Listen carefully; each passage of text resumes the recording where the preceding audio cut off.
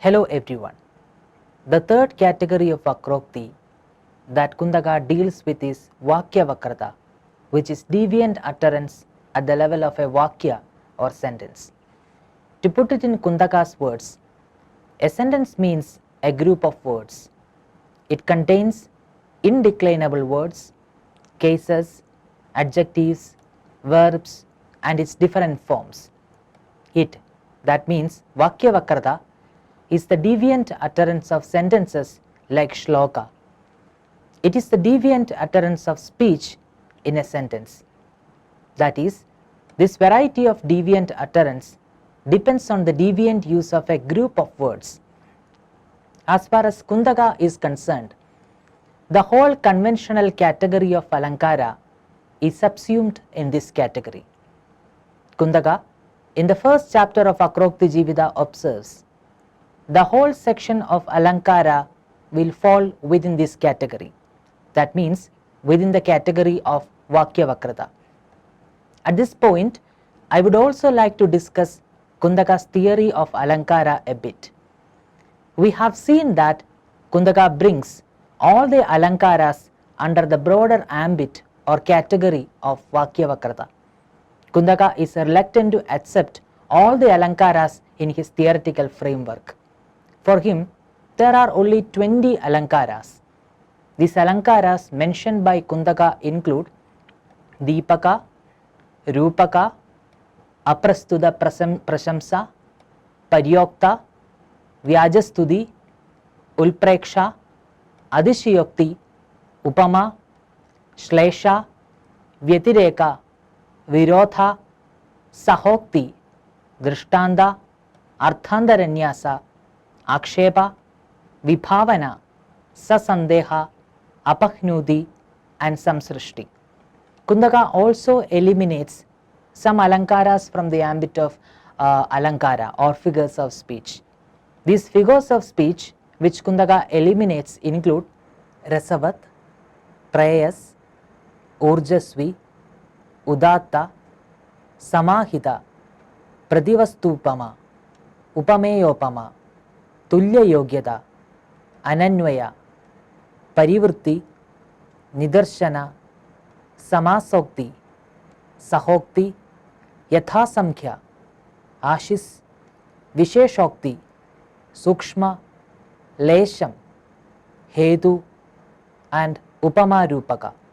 In his discussion of Vākya-vakratā in conjunction with Alankara, Kuntaka talks in extenso about the idea of Swabhavokti or the statement of exact nature of things as well.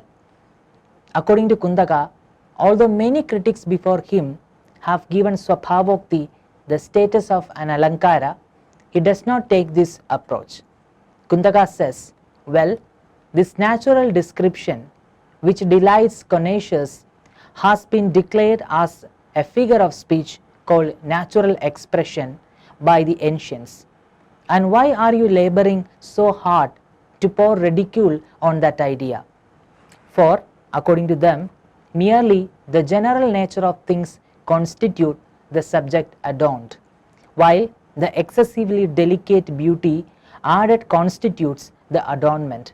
So, it may be argued by some that considering natural expression as a figure of speech is quite logical.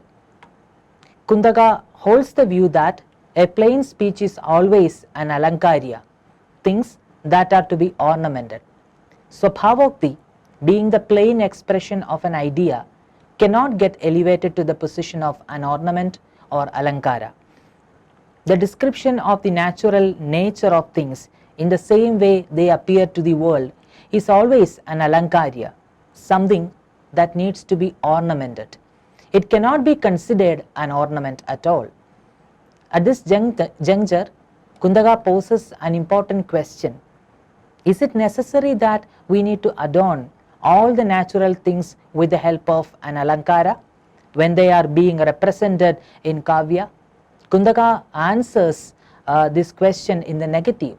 He says that if the natural thing that's being portrayed is beautiful in itself, then the poet does not need to use an ornament. Kuntaka explains his point further by citing a verse from Kumara Sambhava of Kalidasa.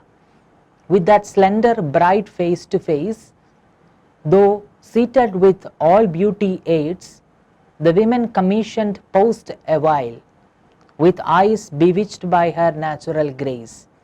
In the above example, the poet aims to communicate with the readers the exquisite beauty of Parvati, which is naturally present in her delicate features. The poet fears that any addition of ornaments to this natural beauty will obstruct the inherent grace of hers. Kuntaka notes, it is generally true that when a subject is so described as abounding in natural felicity, any introduction of an adornment will obscure the natural beauty. Here, what constitutes the beauty of Parvati is not the addition of ornaments, but the appropriate use of correct vibhavas, etc. Kuntaka continues, an experience becomes aesthetic only by reason of beauty due to promotion of sentiments through the only means available, viz.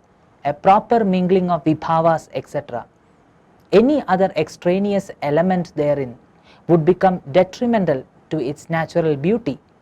That's why subjects like the budding youth of a maiden, etc., and the advent of delightful spring, its enrichment and close, etc., are never overburdened by poets with the addition of figures of speech. They are content with the natural artistic beauty resulting from their spontaneous description. Although that's the case, sometimes the poets add ornaments to things that are beautiful in themselves in such a manner that the addition of ornaments do not tamper with the original beauty of the content. Kuntaka says that 2 points are to be kept in mind in this context. First of all, we cannot say that things that are beautiful in themselves are figures of speech or ornaments. In other words, we cannot say that they are ornaments. They are still alankaryas, naturally ornamented. By saying so, Kuntaka also rules out the argument that Swabhavokti can at times become an alankara. These are the major aspects which we need to keep in our mind with respect to Vākya-vakratā. I hope all the major points that we discussed today are quite clear to you. Thank you.